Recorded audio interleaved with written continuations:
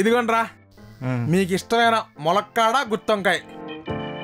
అరే మనం ఏ పని చేసినా ఒక బెట్ వేసుకొని చేస్తాం కదా, అందుకని మీరు ఇప్పుడు మా ఆవిడ కర్రీ టేస్ట్ చేసే ముందర కూడా ఒక చిన్న బెట్. ఏంట్రా అది? ఏమి లేదురా, ఇప్పుడు ఆ 2 కర్రీల్లో ఒక కర్రీ పరమ దరిద్రంగా ఉంది. ఆ కర్రీ ఎవడైతే తిని బాలేదని చెప్తాడో వాడు ఈ వారం పాటు మనకి పార్టీ అన్నమాట. నువ్వు ఇలాంటి ఫిట్టింగ్ ఏదో పెడతావని. ఓకేరా, సరే కానివ్వండి.